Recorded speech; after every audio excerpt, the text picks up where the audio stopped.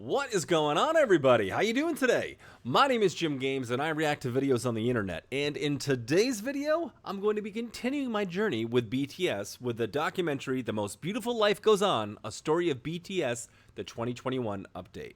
So, I am on this weird musical journey with BTS. And actually, I probably shouldn't say musical journey because I really haven't heard any of their music. I've heard one song, Butter. And about a month ago, I thought BTS was essentially just this group for like teeny bopper girls to like kind of get into and think that they were cute and just like probably like it to dance to that music and whatever. I basically thought it was music for like little girls. Man, was I wrong. So I released this reaction, got 1,000 comments of people saying actually they've got a an intense fandom around them of all sorts of different ages, and I learned all about that in previous videos. So I thought, hey, why don't I do something cool here? I react to a ton of music, but before I hear any of BTS's, I'm gonna call it real music or music that has a little bit more weight to it, I'm going to learn everything I can about them. Who are the 7 members of BTS? What sort of trials and tribulations have they come across? What have they done? How did they become BTS? What is their marketing? What is their label and marketing company all about? All these things. And I've been learning about them. So in today's video, we're kind of continuing that journey. I got a long way to go. I think the next video is going to be an introduction to the 7 members of BTS. And then I don't know where I'm going to go. Apparently there's this like documentary TV show with them on it. I might do that. I might do funny moments. I don't know. But I'm probably going to do a couple more of these documentaries and learn as much as I possibly can about BTS without hearing any of the music. It's strange. It's strange to do it this way because at this point I feel like I'm almost a little protective of these guys. I feel like, you know, I've gotten to know them a little bit, or I'm starting to understand some of their personalities and about why they might start to do things. So it's weird kind of having a connection to this band and being a part of the fandom without really knowing any of their music. But I thought it was a unique idea, so I'm going to continue to go with it. If you're new around here, please consider liking and subscribing because, like I said, I got a lot more BTS stuff on the way, and it'd be great to have you here and it would truly help me and the channel out. Before we begin, I got a couple important links I got to tell you about in the description real fast. One is my community Discord, awesome server full with some fantastic people that are always floating me some great music ideas, and it's just a place to kind of chill offline. If you want to join, I highly recommend it's down there. I also have my Twitch link down there as well. I do live reactions every Wednesdays, guys. It's a blast. We got a great community of people over there, and if you'd like to join that and possibly float me some music to react to live, that's the best place to do it. That link is down below as well. All right, without further ado, let's not switch screens and let's get right on into it. So yeah, The Most Beautiful Life Goes On, A Story of BTS, the 2020 update, and this is coming from the Asian Theory. All right, guys, here we go.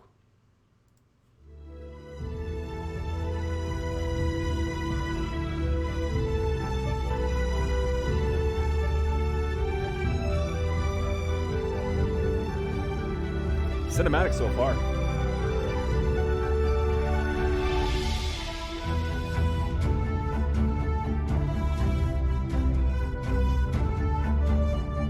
Pink gun there? Is that what that is?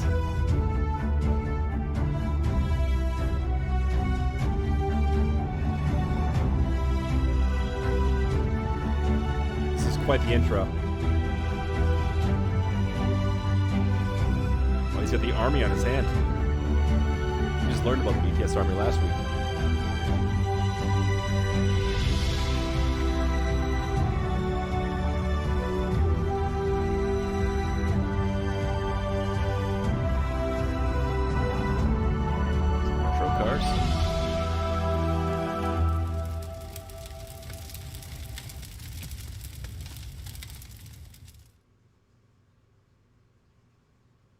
Today, everyone knows the name of BTS. They've been invited onto late-night talk shows, they've shattered records, they've sold out stadiums, they've made it onto the big screen. These days, you'd be hard-pressed to find someone who didn't know who these guys were, or at least haven't heard one of their songs. And if they don't, either they've been living under a rock, or they're 100 years old. Whoa! Whoa! Coming in hot, dude! Coming in hot! With the aggression here, man. I'm not 100 years old. I do not live under the rocks. I live on top of the rocks, because that's what I do. A bit of a swipe there coming from Asian Theory. I don't know, man. Plenty of us do not know who BTS is. We do not know their music. We just don't know. In fact, none of my friend group. No, I mean most people I talk to, they they don't know any of their music. They may have heard the name BTS, but there's a huge chunk of people that just don't know who they are. But that's what we're trying to do. We're trying to fix that by spreading the message here. But hey, man, got my eye on you. The success of the Bangtan Boys is worldwide, but it wasn't always like this. The very existence of BTS can be owed to its founding father, an innovator by the name of Hitman Bang. His idea to create a rap group was somewhat inspired by YG. In the late 90s, he experimented with this idea with different trainees, eventually choosing 7 members. So YG, I don't know if you guys recently saw a video that I just did. It's about Blackpink, and I kind of lost it halfway through this video, and I got very, very angry when I started talking about YG, and I might have another video coming out this week too where I learn a lot about YG and his practices. But as it stands right now, I am not a YG fan whatsoever. And if you want to know why, check out that reaction to Who is Blackpink, and you'll know exactly why. Because YG is he's not like the guy over at Big Hit. He's got a completely different mindset, and he does things very, very differently than Big Hit. Very differently.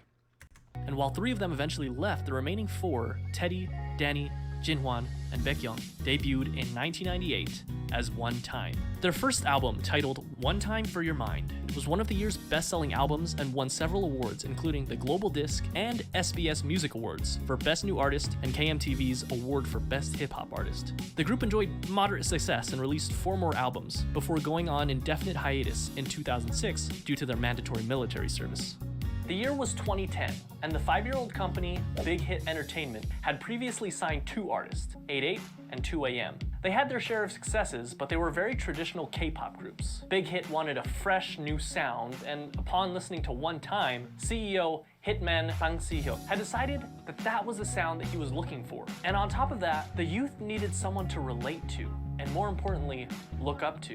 He had decided he would create a hip-hop group.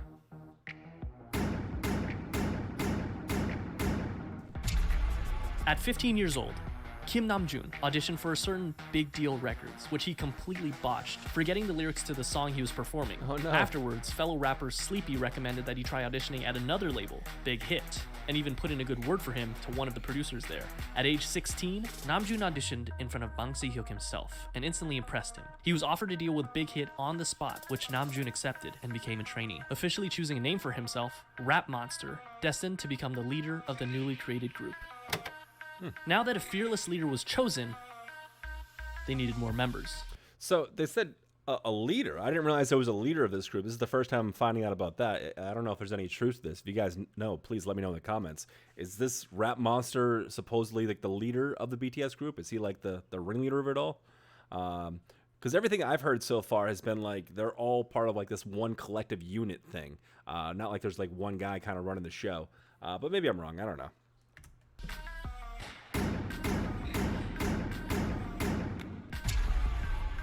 Min Young-gi was a 17-year-old living in Daegu, an avid basketball player and rapper. He had been interested in music, especially rap, from a very early age, and despite his parents' disapproval, started performing as a rapper while still in high school. He quickly gained attention as a rapper and producer in the underground hip-hop scene. One day he saw a flyer for a rap competition called Hit It and decided to participate. And although he only placed second, the company hosting the competition, you guessed it, Big Hit, decided to sign him on as a producer. Hitman Bang spoke with him afterwards, convincing him to join a newly created hip-hop group. He told him to just focus on rapping and assured him that he wouldn't need to dance. He was lying. And just like that, the new group had a second member, known as Suga, a combination of the first 2 syllables of shooting guard, his favorite position in basketball. But they wouldn't stop there. Rappers were nice, but Big Hit actually needed a dancer. Jung Ho-seok always loved dancing. He was in the starting lineup of the dance crew Neuron in his hometown, Gwangju. He was good at it too, winning several local championships and even winning a championship at the national level in 2008. While he did perform at several competitions hosted by JYP and even won some of them, he ultimately went on to audition for a smaller, lesser-known company, Big Hit Entertainment. His dance skills and strong understanding of rhythm made him an instant favorite, and he was signed on as J-Hope. Not only that, but they saw potential in him to become a rapper, which at this point he had little experience with. However, J-Hope made the decision to leave Big Hit until RM convinced both J-Hope and Big Hit that the group wouldn't be complete without him.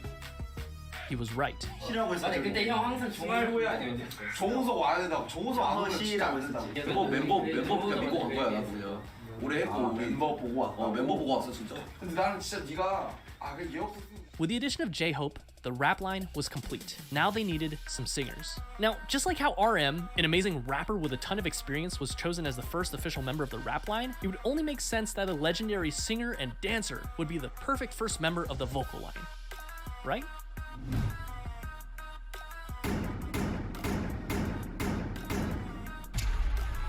But Kim Seok-jin didn't have any sort of experience like that.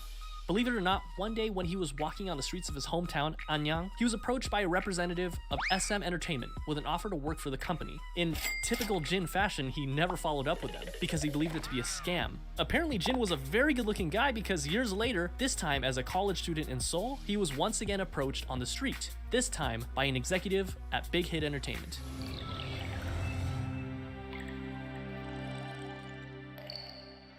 He didn't sing, he didn't dance. He was at school to become an actor, and he decided to audition to become an actor. Big Hit, however, had different plans for him, and convinced him to become a vocalist for their new group. To do so, he literally learned to dance and sing starting from zero. But thankfully, not without help from other vocalists. So that's so strange. Okay, so they hired a guy that didn't have any singing or dancing experience. He was just trying to be an actor, but they obviously saw something in this guy, and for whatever reason, they made him part of this group. That's strange to me. That's really, really strange. I guess it worked out, though. Jung Jung-kook initially had dreams of becoming a badminton player when he was young, but after seeing G-Dragon perform Heartbreaker on television, it influenced him to want to become a singer instead. Because of this, at only age 14, he decided to audition for the South Korean talent show, Superstar K. He didn't pass auditions, but this was just enough to catch the eye of not one company, not two companies, but 7 different companies. This included JYP, FNC, Woollim, Starship Entertainment, TS, Cube, and of course, Big Hit Entertainment. So why did Jungkook, given the choice of all these bigger companies, decide to go with the relatively smaller company, Big Hit? The answer was simple. Because he thought, and I quote, RM was cool, so I wanted to sign with them. That brings the number of members to 5. The next member of BTS was just as surprised to find Big Hit as Big Hit was to find him, and it almost didn't happen.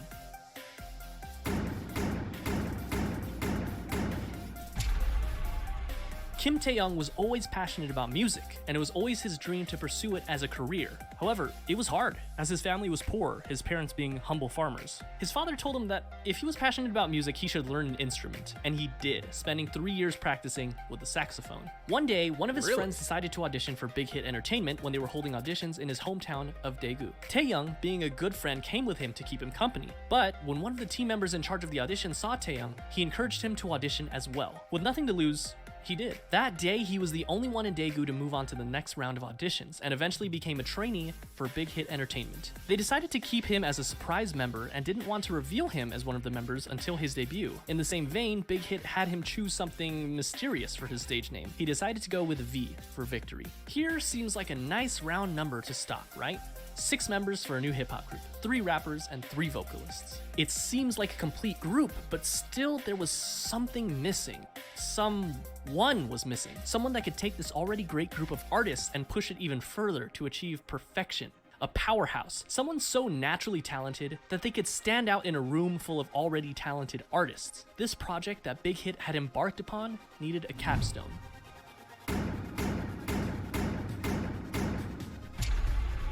Park Jimin was a naturally talented dancer. When he was in middle school, he attended a dance academy and continued to pursue dance at Busan High School of Arts, where he studied contemporary dance and was the top student in the whole modern dance department. Impressed by his raw talent, a teacher encouraged him to audition for Big Hit Entertainment, who were holding auditions in Busan. He was only 16 when he passed the audition and moved to Seoul to become a trainee. He was the final member of the group, and he also had the shortest training period. Interesting to note is that the group feels very much ragtag because, in a sense, with the exception of Jimin and J-Hope, it was. RM auditioned for Big Hit because he didn't pass his auditions with the first company he chose. And despite their amazing talent, Suga and Jungkook didn't win the competitions they were in, but they signed on to Big Hit after the fact because of their high-quality performances. V never even planned on auditioning and just decided to do it on a whim, and they literally just found Jin on the streets, but perhaps it was fate, because this was the group that they chose. And just like that, in 2012, the newly created Bangtan Sonyeondan, the Bulletproof Boy Scouts, or simply BTS, was 7. 저도 아침에 리허설 때 이거 보고 많이 웃었습니다. They had the group, but they still needed the music. In early 2013, they set out to create some social media presence for themselves before officially debuting, posting song covers on both SoundCloud and YouTube, which you can still go watch today. In May, Big Hit launched a countdown clock on their website in preparation for BTS's debut album, complete with a trailer and a ton of promotional material, including photos for the first time of all the members in the official lineup.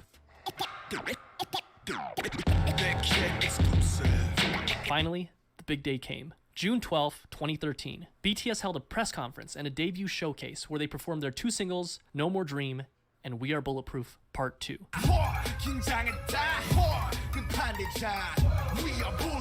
The same day, the Too Cool for School album, as well as the music video for No More Dream, were released.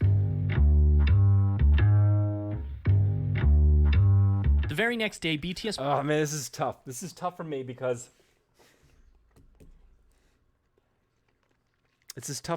I'm doing this without hearing any of the music. You know what I mean, guys? So I'm learning about the guys. I'm learning about the situations around them and what it took to get BTS to this point. And this is tough for me because I'm hearing little tiny snippets of the music, and it's getting me more and more interested. I just heard the upright bass. I'm like, ooh, that sounds so nice and rich. I just heard a little rap line from like a deep voice. I haven't heard that before. Like I said, I've only heard Butter. So these are two very contradicting sounds to the music that I've heard so far, and it's just kind of making me... It's making me want to hear the music. I'm just going to say that. This is a tough challenge, guys. This is a tough challenge. Performed the song again on their official debut stage on Mnet's M Countdown. This was the world's first taste of BTS. Commercially, the album didn't do extraordinarily well. The lead single, No More Dream, peaked at 124 in Korea, and the album sold only 24,000 copies during its first year. Bulletproof Part 2 didn't even chart. The first year wasn't all that great for BTS, but despite everything, people saw them. That's enough sometimes. People saw the sparkle in their eyes and their limitless potential. And they were hot, of course. On July 9th, ARMY was established as BTS's official fandom.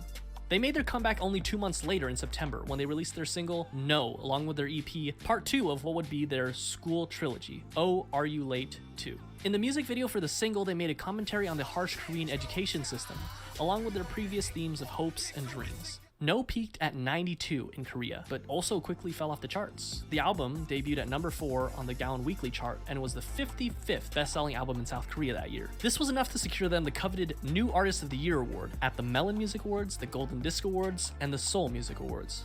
Part 3 of the School trilogy was released in February of 2014, the EP School Love Affair. This time, the lead single was Boy in Love.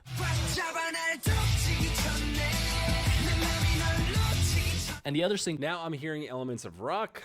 Oh man, that drum mix sounded awesome too. God dang it. I need to hear this music. Being Just One Day. The album, Soulful as well as both voice. singles, enjoyed moderate success, with the album topping the Gaon album chart, as well as making its first international appearance at number 3 on the Billboard World Albums chart. The album also marked their first distinctive change in theme, focusing more on school life and young love, as evidenced by their Boy in Love music video. They also held their first fan meetings with a crowd of 3,000 in Seoul. BTS was doing well. That is, until July. This is, unfortunately, a dark chapter in the lives of BTS and ARMY. That's right, American Hustle Life. I'm joking, of course, but American Hustle Life was a reality show put together by Mnet that brought BTS to Los Angeles, where they had the unique opportunity to learn the true ways of hip-hop from the masters. And it was a pretty darn cringy opportunity, but an opportunity nonetheless. Whatever you do, just don't watch the Warren G version of Boy in Love. You've been warned. However, cringe and all, the trip proved fruitful for BTS, making connections, performing their first US concert for free in front of 200 fans, as well as their first appearance at KCON. The next month, in August, BTS released their first full-length studio album, Dark and Wild. The album featured 2 singles, Danger and War of Hormones. The album featured a marked shift in sound. Dude, hearing these little snippets of the music, oh man, it's making my head spin. It's making my head spin. I just want to hear the whole thing. With a touch of R&B and electronica. It was met with moderate success. It peaked at number 2 in Korea, selling over 200,000 albums. In October and again in May of the following year, BTS went on their first and second concert tours, known as the Red Bullet Tour, where they visited 13 different countries, including Japan, the Philippines, Australia, the US, Mexico, and many others. They also came out with their first Japanese album in December, Wake Up, featuring many Japanese versions of their songs as well as original tracks Wake Up and The Stars, followed by a Japan tour and a solo concert in Korea.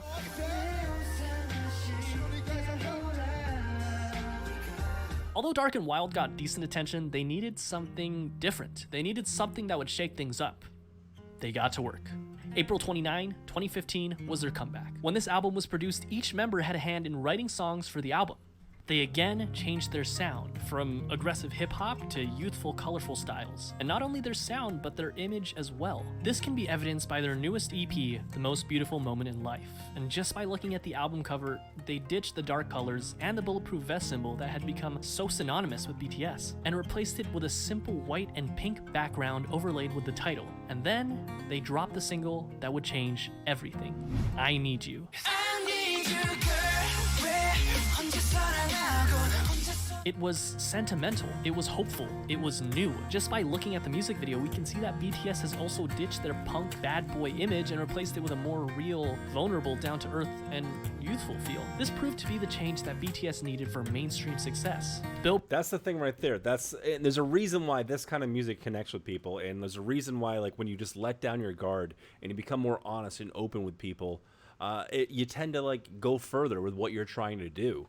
You know, if it sounds like maybe their earlier albums, they were like being told, or they were trying to portray this image of something, but it seems like on this album they're talking about right now, they all had their own artistic creative freedoms to kind of create music themselves, and they all individually did, and the culmination of that was a very real thing. It reads very easily, and that just makes you, connect with somebody a little bit easier, and it makes, the connection experience that much more enjoyable, because it sounds like it's coming from a very real place, as to opposed to like this bad boy, which is only going to connect with that certain group of people, like the wannabe bad boys, So it's cool to kind of see them be a little bit more open, and a little bit more, I don't know about honest, because I haven't heard any of those earlier albums anyway. They could be incredibly honest by themselves.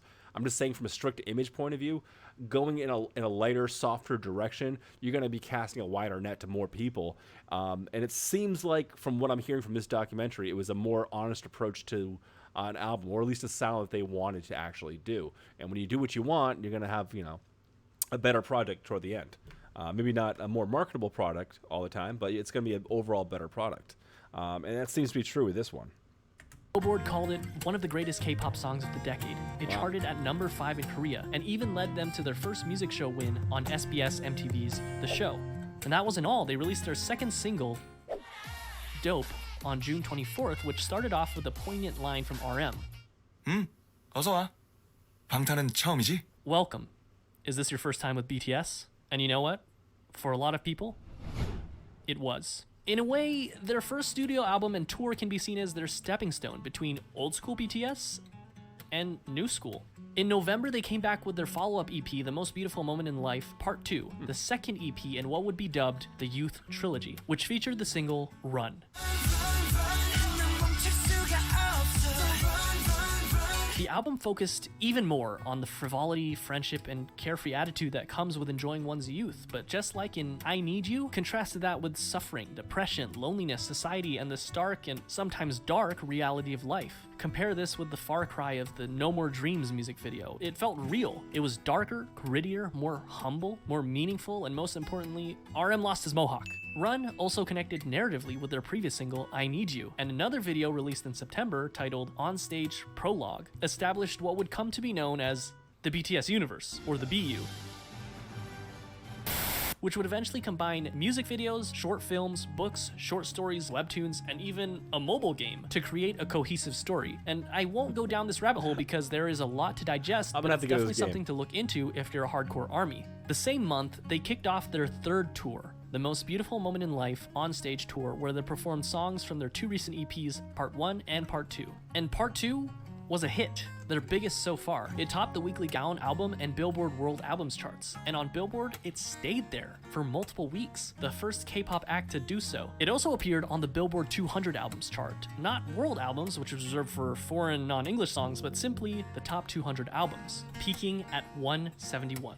Which is kind of amazing considering that this was back in 2015. They also received Best World Performer at the 17th Mnet Asian Music Awards. This brings us to Part 3 of the Youth Trilogy, The Most Beautiful Moment in Life, Young Forever, released on May 2nd, 2016, which featured probably my favorite BTS album cover. Young Forever was actually a compilation album of parts 1 and 2, so it was mostly the same songs, but it was notable that it had some new singles, Epilogue, Young Forever, Fire, and Save Me. The latter two performed exceptionally well, with both songs topping the Billboard World Digital Songs chart.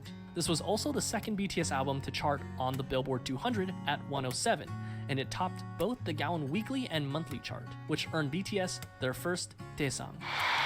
방탄소년단 축하드립니다. Album of the Year at the 8th Melon Music Awards.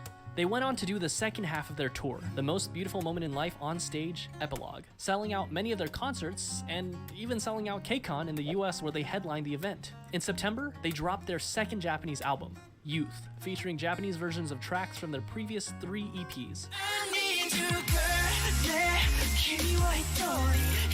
which went gold and peaked at #1 on Japanese charts. And only a month later, in October of 2016, it happened. BTS dropped their second studio album, Wings. It sold over 500,000 copies in its first week. In comparison, The Most Beautiful Moment in Life Part 1, released just the previous year, which topped the Gaon chart, sold about 500,000 in its entire lifetime. Wings was big, but the true showstopper was its lead single, Blood, Sweat, and Tears,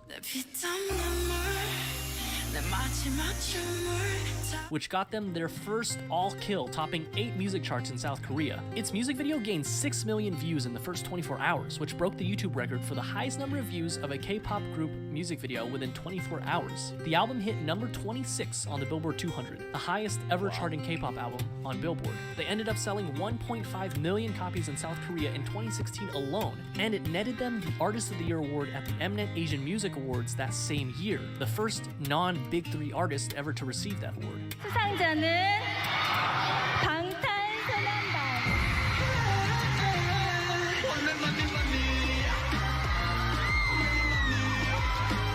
After Blood, Sweat, and Tears, they were on a roll. BTS was unstoppable.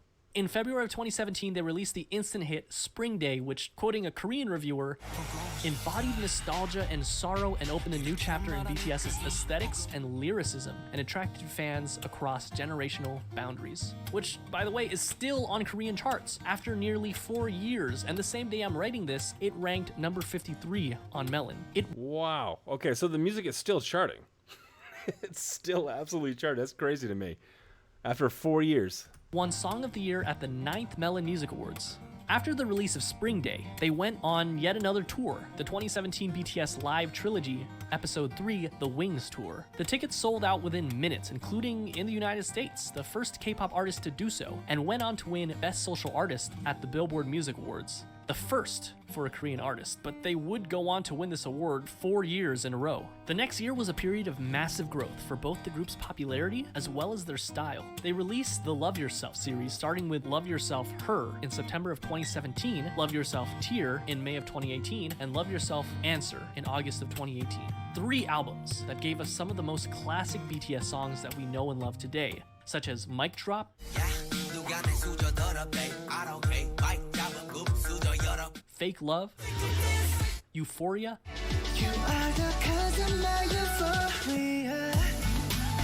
Idol,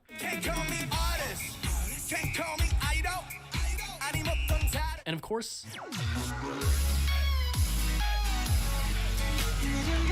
all 3 albums were commercial successes. Okay.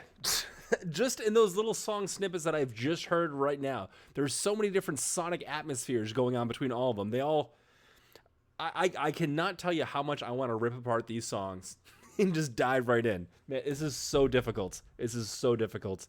And they keep doing it to us. They keep giving us these little song samples. This is like, I feel like I'm cheating right now. I feel like I'm cheating on my my goal here. Her being their first album to top 2 million album sales, but Tear and Answer also did equally well. These 3 albums, as well as their Japanese album, Face Yourself, proved that they weren't done yet, not even close. During this time, they shattered countless records. Their singles went platinum, they topped charts, they won awards, and not only did they break YouTube records, but they broke records that they themselves set again and again and again. This is the period where BTS really started enjoying global recognition, working with huge Western artists such as Nicki Minaj, Designer, and Steve Aoki. It wasn't their first time having international features on their songs, but it was definitely the biggest. And even though they were already, without a doubt, the biggest act to ever come out of South Korea, they had their eyes set even higher. They went on tour once again for the Love Yourself World Tour. During this tour, they collaborated with Steve Aoki to make the song Wasted on Me. Notable for being their first all-English feature, and it also served as a jumping-off point for BTS to gain a following of English speakers. Not that they really needed the help, as they sold out concerts even in the US leg of the tour, including at Citi Field in Queens, New York, where tickets sold out in 20 minutes. And as if that wasn't enough, they dropped the movie in November, Burn the Stage, which in the US alone grossed $3.54 million in the first weekend, breaking the record set by One Direction's movie, This Is Us. In September, RM had the unique opportunity to speak at the United Nations, where he spoke of anti-violence and self-love. 2 years later, he would be offered to speak on a second occasion about persistence and hope in the face of challenges. And to top it all off, in October, the president of South Korea awarded every member of BTS the 5th class Hwangwon Order of Cultural Merit for outstanding meritorious services in the field of culture and art, which is one of the highest South Korean orders of merit one can receive. And that's no exaggeration. 2019 estimates put BTS's contribution to the South Korean economy to the tune of $4.65 billion each year, an equivalent to 0.3% of the country's GDP. They were the youngest to ever receive the honor. 2019, BTS invited to Grammys, Time Magazine, Billboard. BTS entered a new era. Not an era of simply global recognition, but global dominance. April 12, 2019, enter Map of the Soul Persona. First things first, you can't mention Map of the Soul Persona without mentioning Boy With Love. It was simple math. What do you get when you cross the singer of one of the best charting songs of all time that went platinum 59 times in 13 different countries with, without a question, the most globally dominant pop group of all time? Well, you get this.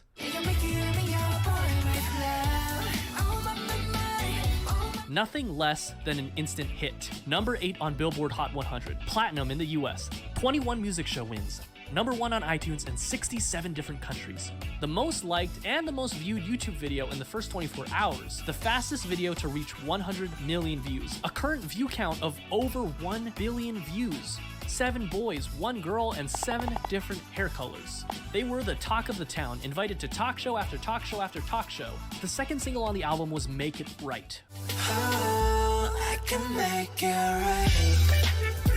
Written by Ed Sheeran himself, including a version featuring Lauv. The album debuted at number 1 on Gaon and sold 3.2 million copies its first month, and that's only in Korea. It became the best-selling album in South Korea ever. It swept every major Korean music show, winning Album of the Year in each one of them. They followed up this legendary EP with the Love Yourself, Speak Yourself World Tour, where they sold out both the Rose Bowl and the Wembley Stadium in only an hour. That's the only non-English speaking act to do so. They even performed as a solo act in Saudi Arabia, the first foreign act to do that. The last stop of their tour was at South Korea's largest venue, the Seoul Olympic Stadium. They ended up grossing $200 million. During this time, they also created a visual novel style game for mobile devices called BTS World, where the player can interact with the members. This also came with an original soundtrack with tracks unique to the game featuring Western artists. Zara Larsson, Charlie XCX, and Juice WRLD for the tracks A Brand New Day, Dream Glow, and All Night respectively. In December of 2019, the group swept the grand prizes for both the Melon and Mnet Music Award shows, the first artist to do that. Map of the Soul Persona was legendary, truly a marvel in modern music. Can't wait to listen to that. How could BTS follow up the best-selling album in South Korean history, you may ask? Easy. Make an even better selling album. And that's what they did with Map of the Soul 7. The album was released on February 21st of 2020, featuring the singles Black Swan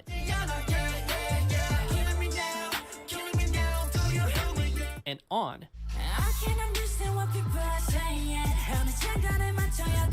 And sold over 4.1 million albums in just the first week, and the first Korean album to be certified as quadruple million on the Gaon Music Chart.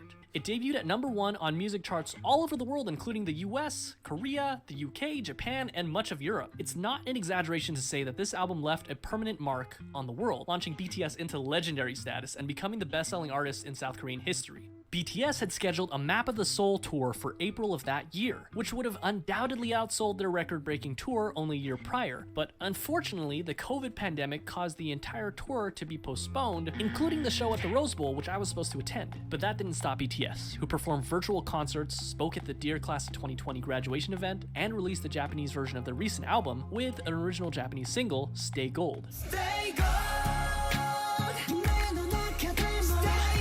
And to top it all off, this was only June. At this point, it was clear that BTS had already dominated their home turf, and they had topped the music charts all over the world. This time, their sight was set for the very top. Remember that scene in The Social Network where Mark and Sean talk about how they don't want $1 million, they want $1 billion? How they're not interested in catching 14 trout, but they'd rather catch an 800-pound marlin? Well, that's what they set their sights on. The marlin, the biggest music industry in the world, the United States. And at the top of that music industry, #1 on Billboard Hot 100. This small group from a company that virtually no one had heard about 8 years ago planned to take on Goliath himself and dominate the American industry on their home turf. And all they had to do was speak English. August 21st, enter Dynamite.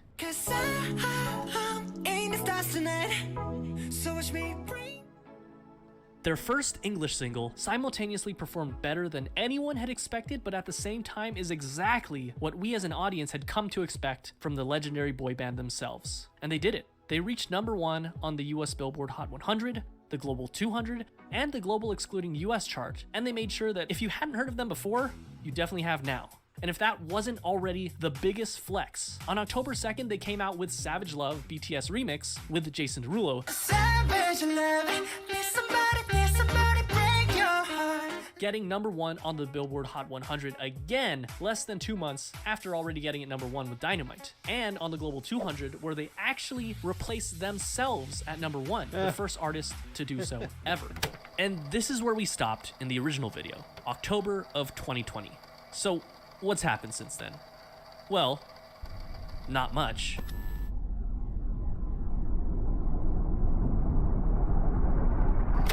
On November 20th, their 5th studio album, B, was released, featuring the hit single Life Goes On.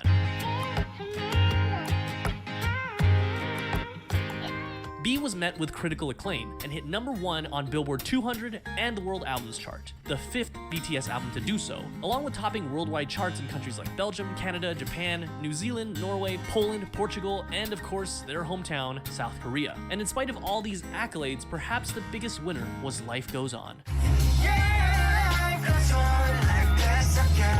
A synth-pop showstopper encouraging its audience to continue living life even in the midst of a global pandemic. The message was clear: don't give up, life goes on. It hit #1 on the Billboard Hot 100, the 3rd BTS song to do so. BTS gave the fans what they wanted with Life Goes On. Life Goes On joined the exclusive club of only 8 songs to ever top the Billboard Hot 100 that were not in English, a title most recently held by Despacito. But it was the first to do it in BTS's native tongue, Korean. Lipa, Bad Bunny, and Tiny. Intentions by Justin Bieber and Quavo. Dynamite by BTS. Rain On Me. The same month, the Academy announced that BTS's Dynamite would be nominated for the Best Pop Duo Group Performance, along with songs by J Balvin, Justin Bieber, Lady Gaga, and Taylor Swift. This marked the first time a Korean pop artist was nominated for a Grammy. In December, BTS was invited to sing for Disney's holiday sing-along. And on New Year's Eve, Big Hit put on a New Year's concert where they performed again. things looked really good for BTS and their Grammy nomination, especially since on March 4th, 2021, the official news came. The International Federation of the Phonographic Industry, or IFPI, announced BTS as the Global Recording Artist of the Year, an award given to the best-selling artist of 2020, period, beating out 9 other prominent Western artists, making them the first artist from Korea, but perhaps more importantly, the first non-English artist to do so. Later that month, the Grammys, the main event that everyone was waiting for, finally arrived. With bated breath, BTS and the world watched. And, well... And the Grammy goes to Rain on Me, Lady Gaga, Ariana Grande.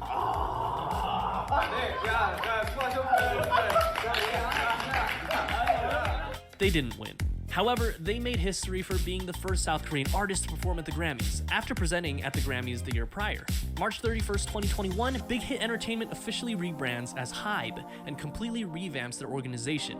BTS now falls under Big Hit Music, which is now a subsidiary of HYBE Labels, a division of the HYBE Corporation. 2 days later, HYBE acquires Scooter Braun's Ithaca Holdings. Scooter Braun Projects is a subsidiary of Ithaca Holdings that manages several artists including Ariana Grande, Justin Bieber, J Balvin, Carly Rae Jepsen, Black Eyed Peas, Demi Lovato, and others, which means that those artists are now part of the same family as BTS. Then, at long last, BTS announced their highly anticipated follow-up single to their smash English hit, Dynamite. And that single was Butter. May 21st, 2021. Smooth like butter, like a criminal undercover. It didn't That's the only one I know. The retro summer pop hit met immediate success and universal. That's the only one I've done is Butter. This is the only one I've heard. And I dig it, man. I dig it. I'll make sure to post that reaction down below. But that's the only one I've heard. And even just hearing like the slight snippets of music I've heard in this whole documentary video, like I am so excited just to check out some more music. I heard several different styles of music. And that's what people have been telling me. Like they say like BTS does not have like a genre. Like they're not like rock, they're not like pop, they're not hip hop. Like they're like a mixture of everything, or they do everything. And I think that's indicative to what I just heard here in this little documentary. We got a little bit of ways to go here. I got some thoughts on everything, but I'm going to save them to the end of this video because it's kind of long, and I don't want to keep this thing going for too long. But make sure to stick around at the end of the video because I got some thoughts on everything we've seen so far. Praise. Butter was yet another #1 on the Billboard Hot 100 and once again topped the charts around the world. Not only that, but it had 3.9 million viewers at its premiere, which broke the previous record held by Dynamite. It also broke the record for fastest YouTube video to reach 10 million views and 100 million views, both also previously held by Dynamite. It was the most viewed music video on YouTube in the first 24 hours with 108.2 million views, once again surpassing the 101.1 million views set by Dynamite. And finally, at 11 million streams on its first day on Spotify, it once again set a new world record. And as an amazing gesture, RM makes a shout out to BTS's fans, ARMY, who helped them get to where they are today. All of this is to say, it was really big. Their new single broke streaming records on Spotify and YouTube. Obsessed with this song. Is really, really amazing. I mean, what is the inspiration behind the new song? Butter. Butter? Butter. Butter. Butter. That's what butter's about. Yeah, we're here for the BTS meal. A drink and fries. Chicken McNuggets. And one more thing. 2 more things. Sweet chili sauce and cage. On May 26th, the BTS meal launched. Yeah, the BTS meal at McDonald's. Yeah, They should have totally did like some sort of like butter. You know what I mean? They should have had like McDonald's butter or something, like I don't know, seasoned butter or something. that happened. June 16th, BTS releases their third Japanese compilation album known as BTS The Best. It instantly hit #1 on Japan's Oricon chart and sold over 1 million albums, the first and only Korean boy group so far to accomplish this feat. The new Japanese single, Film Out, was released 2 months earlier and debuted at #1 on the Oricon chart. And as an interesting fact, charted at 185 on the Billboard 200 excluding US chart, joining Dynamite and Life Goes On, making BTS the only artist to ever have 3 songs in 3 different languages on the Billboard 200. On July 1st, following an organizational restructuring, the HYBE Corporation announced that Hitman Bang, our same Hitman Bang who got the boys together, resigned as CEO of the company in order to focus on his passion for music production. And while he is still the chairman of the board of directors, he was replaced as CEO by Park Ji-won. On July 7th, BTS became official models for Louis Vuitton as they walked the runway for part of their men's fall-winter 2021 collection. They were named as ambassadors only 2 months prior, and then for their teaser trailer, they forgot to put V in the video. And finally, that brings us to July 9th. Permission to Dance, which was released only a few days ago. The hit song, which was written by Ed Sheeran, spreads positive vibes as the world starts to recover from the global pandemic. Its YouTube debut saw 70. I could still say right now, just after hearing that little snippet right there, I haven't heard that one either. And that may be because I don't listen to the radio. I get a very short commute to work, and I normally just listen to audiobooks, but that's how you get this far in life without ever hearing something like this, is you have to literally live under a rock, like I do. 2.3 million views in the first 24 hours, placing itself at number 6 of the top 10 most viewed music videos in the first 24 hours. Out of BTS's past 5 singles, 3 of them have been fully in English. And while this trend has been concerning for some fans who have been wanting more traditional Korean pop songs, there's no denying that BTS has enjoyed global recognition like no other international and particularly non-English group before them, and that itself is a sign of success that can't be ignored. And as a fun fact, there's a line in the song referencing legendary singer-songwriter Elton John. When it all seems like it's wrong, sing along to Elton John and to that feeling. He gave the song his personal approval. Oh, that's awesome. So what makes BTS... Dude, I'm a huge Elton John fan. I learned how to play piano by learning Elton John's music and playing along with him, so that's a cool little fact right there. So special? How did they achieve all this? K-pop is a genre that spans for at least 30 years, and there have been hundreds of boy groups and hundreds of girl groups. What did BTS do to rise above all of them and break through to markets never before seen?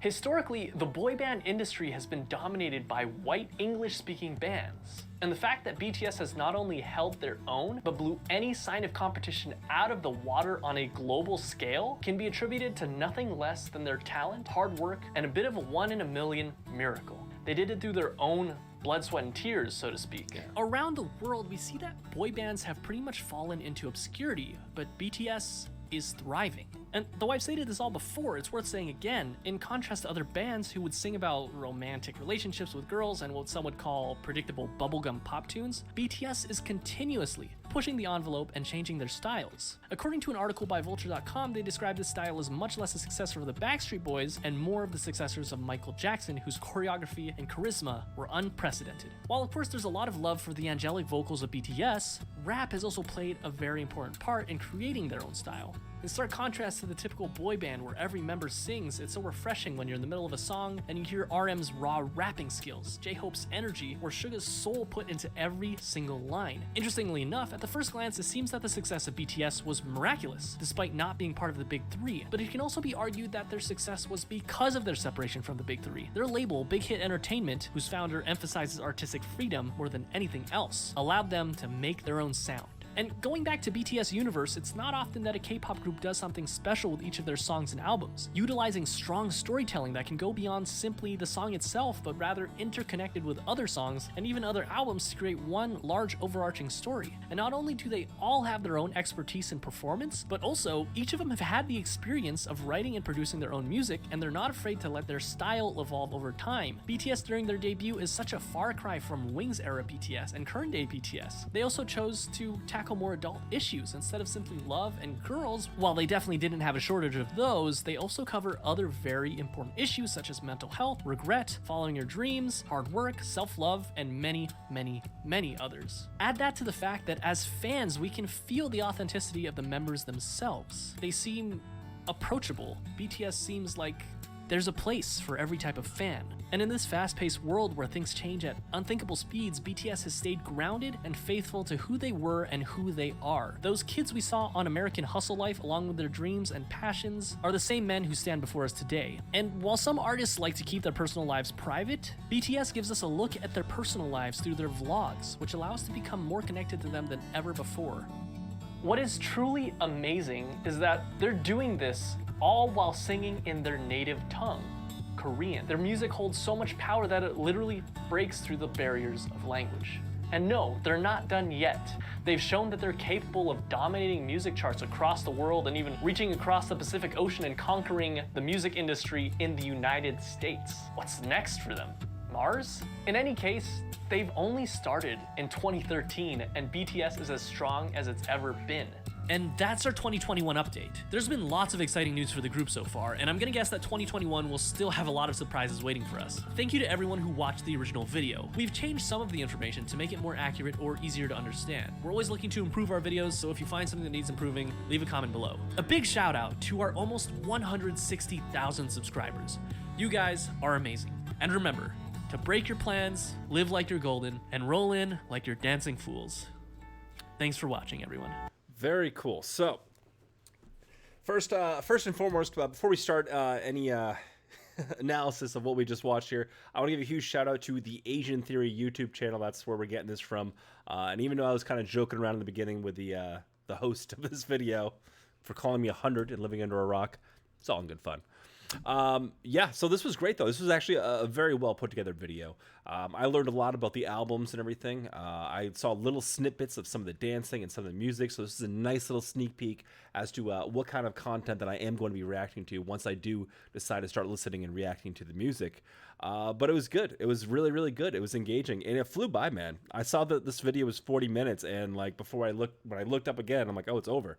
So it was a very, very engaging video, and it's just a fun story to It's fun to see them succeeding at things in a video like this when I've already learned so much about the hardships, about like the things that they had to go through to get to this point, you know, starting from such humble beginnings, you know what I mean? Sharing that one small room to all of a sudden, you know, a couple years later to this. I also didn't realize how well that they were charting with some of these albums. But like I said, I pretty much have been living under a rock. You know, I mostly listen to audiobooks in the car.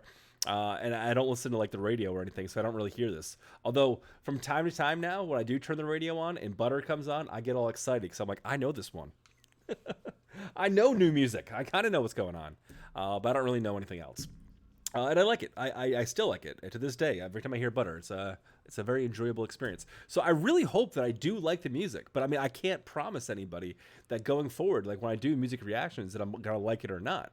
But what I can tell you 100% is I have a tremendous amount of respect for these guys. No matter what happens at the end of this little BTS journey I'm going on, nothing is going to change the fact that what they're doing and what they've done is absolutely incredible. The subject matter that they sing about and what they do for charity is absolutely incredible. How they seem to actually just be in everyday life is absolutely incredible. What they've accomplished and what they've shared with the music industry is incredible. All these things will never change.